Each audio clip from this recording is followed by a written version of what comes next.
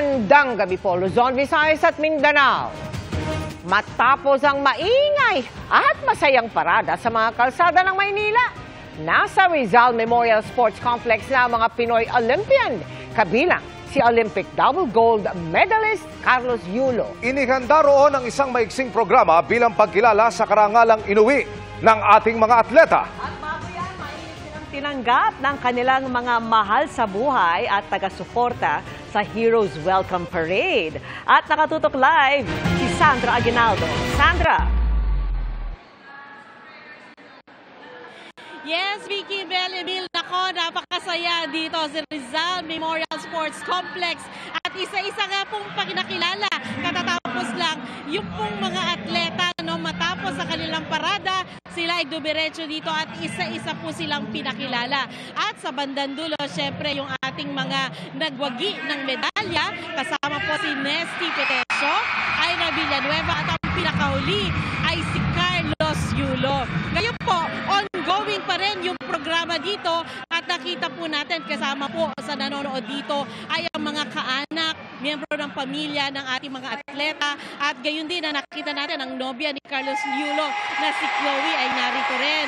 Kanina po, maikwento ko lamang sa inyo, talagang alas 2 pa lang nagsimula nang dumating yung ating mga audience dito. Karamihan dito ay mga kabataan mula po sa iba-ibang eskwelahan at sila po ay nanood noong parada sa pamamagitan ng 4 na screens na naririto sa loob ng stadium at sila po ay nagkaroon ng matatawag na viewing party dahil napanood nila yung nangyayari. Pero in between, merong mga performances, merong naghandog ng awitin at ganoon din ipinalabas po yung life story ni Carlos Yulo sa pamamagitan na isang maikling feature.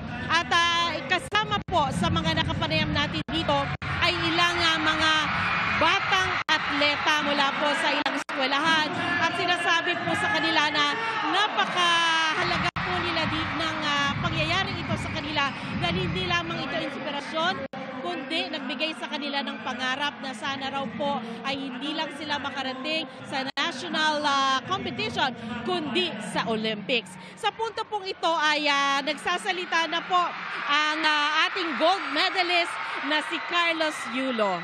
Narito po ang kanyang pahayag.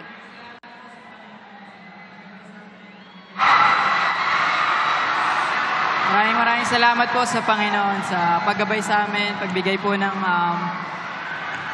lakas para ipagtaguyod yung mga pangarap namin sa buhay. Proud na proud ako sa mga nakatayo dito sa gilid ko. Grabe yung motivation po na nakukuha ko sa kanila at mga natututunan. Sobrang nakaka-inspira silang lahat. Mas gagalingan pa po namin sa mga susunod na competition at asahan nyo po na mas makakakuha po tayo ng mas maraming medal po. Nagpapasalamat po ako sa lahat ng mga taong sumusuporta sa amin. Grabe, hindi ko na po alam anong masasabi ko pero maraming salamat po sa inyo lahat. God bless us all po. Carlos Yulo! Nakikita nyo po yung mga nag-cheer sa kanya. Kanina pa ho yan nagpa-practice para talaga maipadama ang init ng kanilang pagtanggap sa ating mga bayaning atleta. Yan muna po ang pinakaling ulat mula dito sa Rizal Memorial Stadium. Vicky, Mel? Maraming salamat sa iyo, Sandra Aguinaldo.